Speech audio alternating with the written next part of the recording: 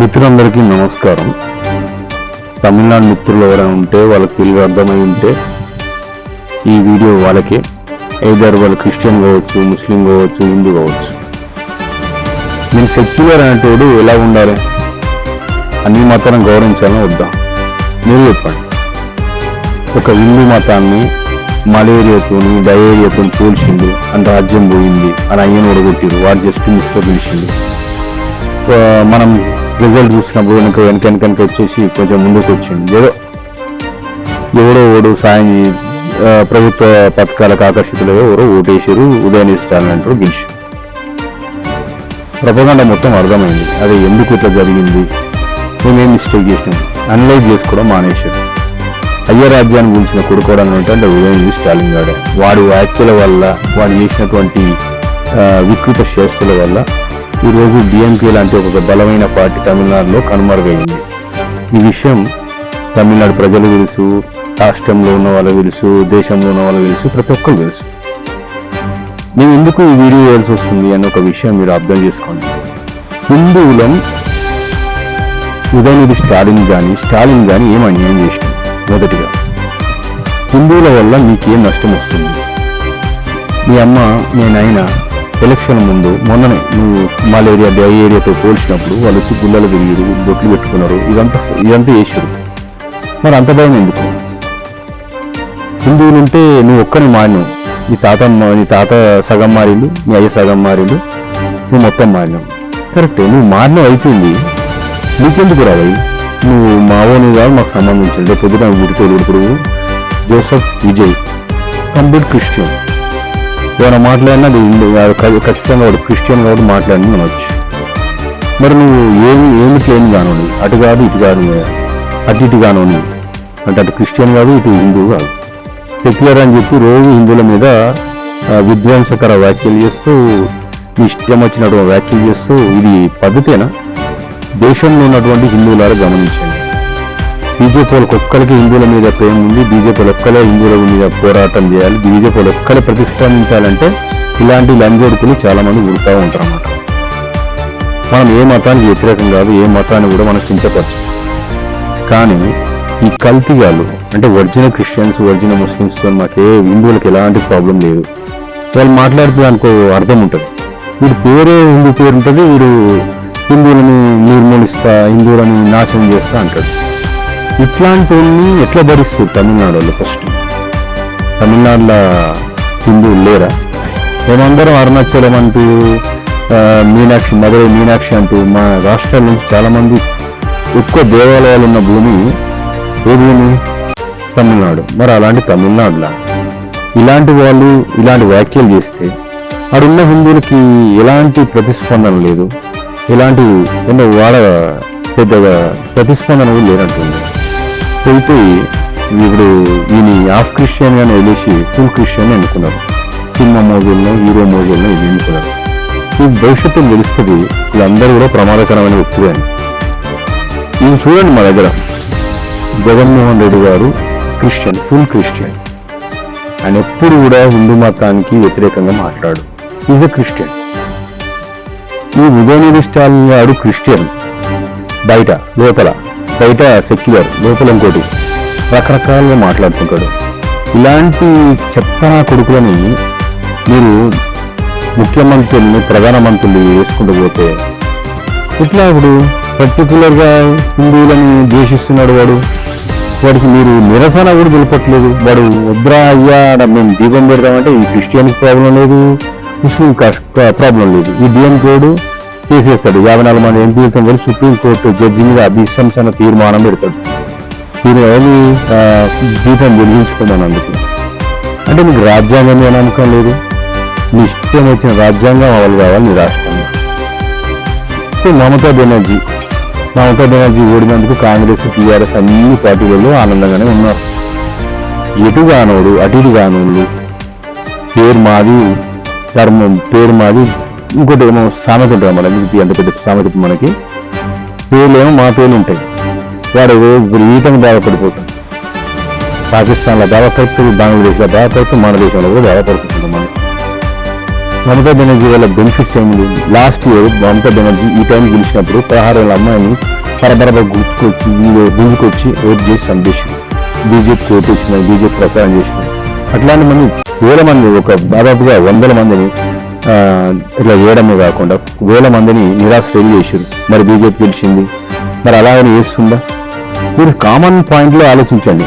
BJP గెలిచింది గొగ్గోలు పట్టడం కాదు. బీజేపీ గెలిస్తే ఇప్పుడు ఇవ్వడం వచ్చిందా? ఇవ్వడం చంపిరా? ఇవ్వడం ఎవరు బరబర తీసుకో రేపు చేసిరా? బీజేపీ గెలిచినప్పుడు కూడా బీజేపీలో వచ్చాడా? అర్థమైందిగా. వేల మంది, లక్షల మంది బాట దాటి వెళ్ళిపోయినారు. కూడా ఓట్లు వేసి మమతా బెనర్జీకి ఇవ్వలేదు, మన ఓటుకు వాల్యూ లేని వాళ్ళు చక్కగా బంగ్లాదేశ్కి వెళ్ళిపోయారు. అక్కడ బార్డర్ సెక్యూరిటీ 45 నుంచి 2-3 నెలల బార్డర్ సెక్యూరిటీ అనేది టైట్ అవుతుంది. మేజర్గా అస్సాం ఏం చేసింది? హేమంత బిశ్వ శర్మ ఏం పని చేయలేదు. నేను కూడా చెప్తున్నా, ఏం పని చేయలేదు. ఎలాంటి పథకాలు పెట్టలేదు. భయం, బంగ్లాదేశ్ నుంచి వచ్చిన వాళ్ళ భయం వల్ల వాళ్ళు ఏడబడతాడు అలాగే ఈజీ అదాజీ అని అక్కడి నుంచి రావడం, చెట్లు అడవులు ఆక్రమించడం అలాంటివి చేసింది. వాళ్ళందరినీ ముఖ్యమంత్రి ఎల్లగొట్టింది. అరే ఇది మనకి ఏం చేయకుండా పర్లేదు రా. ఇప్పుడు పదబస్తుంది ఏమైనా ముందు గెలుస్తుంది? Security purpose. అంటే ఇప్పుడు ఇక్కడ మేము అసౌద్దీన్ వయసు ఉంటే మేము స్వేచ్ఛగా జీవించగలుగుతాం. ఒక జీవనం కోసం అక్కడ ఏమైనా గెలుస్తుంది. సేమ్ అదే విధంగా అస్సాంలో కూడా హేమంత బిశ్వ శర్మ అంత మెజార్టీ గెలవడానికి కారణం సెక్యూరిటీ ప్రాబ్లమే. ఆడున్న 60% హిందూస్కి సెక్యూరిటీ లేదు అన్న ఫీలింగ్తో గెలవడం జరిగింది. బంగ్లాదేశ్లో ఇదే ప్రాబ్లం అనమాట. అంటే అస్సాంకి పోలేరు, పోయడానికి ఒకే ఒక మార్గం ఉంది, అది బెంగాల్లో ఇప్పుడు వచ్చిన పరిస్థితి ఏంది? బీజేపీ వచ్చింది. అక్కడున్న హిందువులు చాలా బలంగా ఎలక్షన్ ఉందాక మమతా బెనర్జీ ఏమన్నది, ఎవడెవడో ఓటైతే వేయలేరు వాళ్ళ సంగతి చూస్తే ఎలక్షన్ తర్వాత వచ్చే మహారాజ్యాన్ని పని పడతాను అటున్న ఓటు ఇటేసింది. బీజేపీ ఓటేస్టాలో చేసింది అన్నమాట. ఇక నువ్వు దిగిపోయిన దిగమ్మ అంటే ఆమె ఏమన్నది, నేను దిగానే అసలు నీ చూచి నేను దిగా అని ఇప్పుడు కూడా సీఎం మార్చుకోలేకపోతుంది. అసలు దానికి మెంటల్ ఖరాబ్ అయిందా ఏమైంది తెలియదు. ఇష్టం వచ్చినట్టు బిహేవ్ చేసింది, ఇష్టం వచ్చినట్టు చేసింది. సరే పోయి మనం తప్పులు చేస్తున్నాం, కనీసం పదాన్న రైట్ చేయాలని లేదు. ఎప్పుడు ఒక్క వర్గానికి కొమ్ము కాస్తూ వచ్చింది. ఎటువంటి వేస్తారు, ఇందు నా కొడుకులు అవలగాలు ఏం చేసినా వానికి ఒక పథకం ఇస్తే అయిపోతే ఆటోమేటిక్ చేస్తారని బాగా అనుకుంటారు అన్నమాట. ప్రాబ్లం వచ్చినప్పుడే అర్థమవుతుంది. ఎప్పుడు ఎక్కడ సమస్య అయితే వస్తుందో అప్పుడు వాళ్ళకి ఆలోచన వస్తుంది. ఇప్పుడు ఏ సమస్య లేనప్పుడు తమిళనాడులో ఎందుకు వస్తుంది ఆలోచన? ఇప్పుడు విజయ్ ఒక పార్టీ పెట్టినబ్బా, మేజర్ గుర్తుపెట్టుకోండి, మతతత్వ పార్టీలకు దూరంగా ఉంటాడు.